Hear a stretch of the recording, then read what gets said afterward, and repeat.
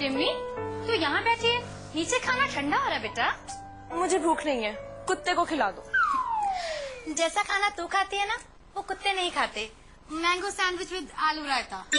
Lunch में आलू मुझे पसंद नहीं है। मैं तेरी मम्मा हूँ और मुझे तेरी पसंद का पता है। पापा से बात करेंगे ना, कोई ना कोई सोल्यूशन जरूर निकल आएगा। अगर पापा ना माने तो हमें पापा बदलने पड़ेंगे। What nonsense you're talking? मेरा मतलब कि मुझे कुछ डिफरेंट सोचना पड़ेगा। पापा तो मान ही जाएंगे, लेकिन राजा के डैडी को कैसे मनाएंगे? जीजा जी ने उनकी बेइज्जती भी तो बहुत कर दी ना। आप तो जी बड़ी देर के बाद आए हो। ऐसा करते हैं, अगर तो आपने सिर्फ तालियां बजवानी है तो उसका होगा 200 रुपए बंदा, और अगर साथ में सीटियां भी बजानी है तो उसके 50 रुपए अलग से होंगे। अब 200 रुपए फिक्स करो जी, तालियां और सीटियां सब बीच में। ओ नहीं नहीं नहीं नहीं नहीं, इतना तो हमें घर पे भी नहीं वारा खाती। घर में क्या नहीं खाती? और 200 रुपए सीटियों और तालियों की कॉस्ट तो हमें घर पे भी नहीं पड़ती। घर में आपने किसको सीटियां मारनी होती हैं? अपनी बीवी को? ओ नहीं जनाब, आप तो मजाक करते हैं। तो जनाब लेबर बहुत महंगी पड़ती है। हमारा तो रोज का काम है। और 200 रुपए पर हेड बहुत है जी, जुबान होगी तो होगी। आप ये पकड़िए 5000 रुपए एडवांस। चलो गिनने की क्या बात है? भाई मैंने कब कहा गिनो? और 100-200 रुपए कम भी हो गए तो अब तो घर की बात ही है। 2-4 बंदे भी कम हो गए तो क्या फर्क पड़ता है, घर की बात ही है। हमारे जीजा जी जैसे ही स्टेज पे आए, बस तालियों और सीटियों से बल्ले बल्ले हो जानी चाहिए। आप फिक्र मत करो जी, पूरी बल्ले बल्ले हो जाएगी। हमारा रोज का काम है। हाँ, एक मिनट। हेलो, ढक्कन बोल रहा हूँ जी, क्राउड सप्लायर। हाँ जी बोलिए बोलिए, कितने बंदे चाहिए? 2000। ठीक है जी, ये कहां पे चाहिए? हाँ जी हाँ जी। अच्छा ये बताइए, सिर्फ हाय हाय करनी है या अंडे और टमाटर भी फेंकने हैं? जी जी जी, पहुंच जाएंगे जनाब। हाँ मैं डेट नोट कर लेता हूँ। हाँ जी हाँ जी, आप फिक्र मत करो जनाब, हमारा रोज का काम है। क्या करें जी, काम ही बहुत है। थैंक यू जी, अच्छा जी, डन है। डैड आप समझ नहीं रहे हैं, संधू साहब खुद बहुत कंसिडरेट आदमी हैं। और मैं भी यही कह रहा हूँ, बड़ा थर्ड रेट आदमी है वो।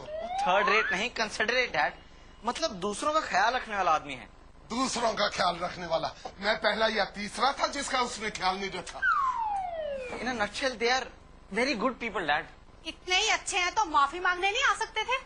वैसे भी 10 दिन हो गए, किसी ने मेरे से माफी नहीं मांगी, इन्होंने भी। बहन जी, हम दरअसल माफी मांगने ही आए हैं। बिना दरवाजा खटकाए आप अंदर कैसे आ गए? भाई साहब हमें दरवाजा कहीं पे नजर नहीं आया। शायद चोरी हो गया हो। नहीं, रिपेयर के लिए भेजा हुआ है। जब उसे खटकाते थे ना तो उसमें से आवाज नहीं आती थी। भाई साहब फिर इसमें हमारा क्या कसूर है? पड़ोसियों का भी दरवाजा खटका सकते थे, उसकी आवाज भी यहाँ तक आती है। वैसे आपने घंटी क्यों नहीं लगवाई? मेरी वाइफ के माइग्रेशन है, सिर जोर जोर से फटता है। डैड माइग्रेशन नहीं, माइग्रेन होता है। जब जोर जोर से सिर फटता है ना, फिर नहीं पता लगता कि माइग्रेशन हो रहा है कि माइग्रेन हो रहा है। आपको अपनी वाइफ को किसी अच्छे डॉक्टर को दिखाना चाहिए भाई साहब।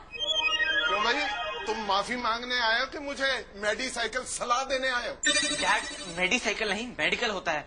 आप बीच में साइकिल कहाँ से डाल देते हो? ओए, अपनी औकात में रह, औकात में। साइकिल पर जा जाके ही तूने मेडिकल किया है। आप लोग क्या अपने झगड़े में पड़ गए हो? पहली बार आपसे कोई माफी मांगने आया, इनकी इज्जत तो करो। आइए आइए, आप बैठिए। आइए आइए।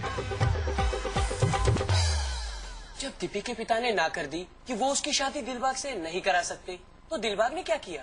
नदी में छलांग लगा दी। मतलब जान दे दी? नहीं, नहाने के लिए छलांग लगाई थी, ताकि ठंडे दिमाग से सोच सके आगे करना क्या है। ये दिलबाग और दीपी थे कौन जिनकी आप कहानी सुना रही हैं बड़ी मॉम? बेटा, जब हम फिरोजपुर रहते थे, ये वहाँ के हीर रांझा के मुकाबले के आशिक थे। फिर दिलबाग और दीपी ने क्या किया? घर से भाग गए। जब दीपी के बाप को पता लगा तो? बंदूक लेके पीछे निकल पड़े।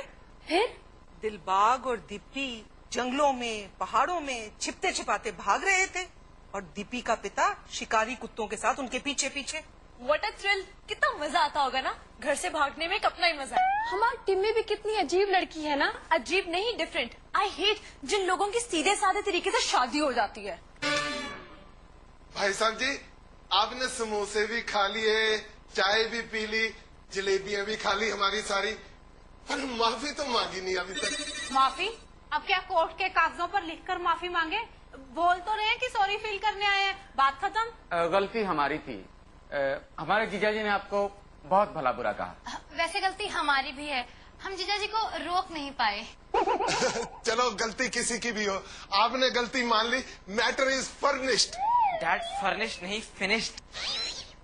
मैं समोसा मारना तेरी आंख में। भाई साहब ये तो रिश्ता ही ऐसा होता है, शादी के बाद लड़की वाले सारी उम्र माफी मांगते रहते हैं।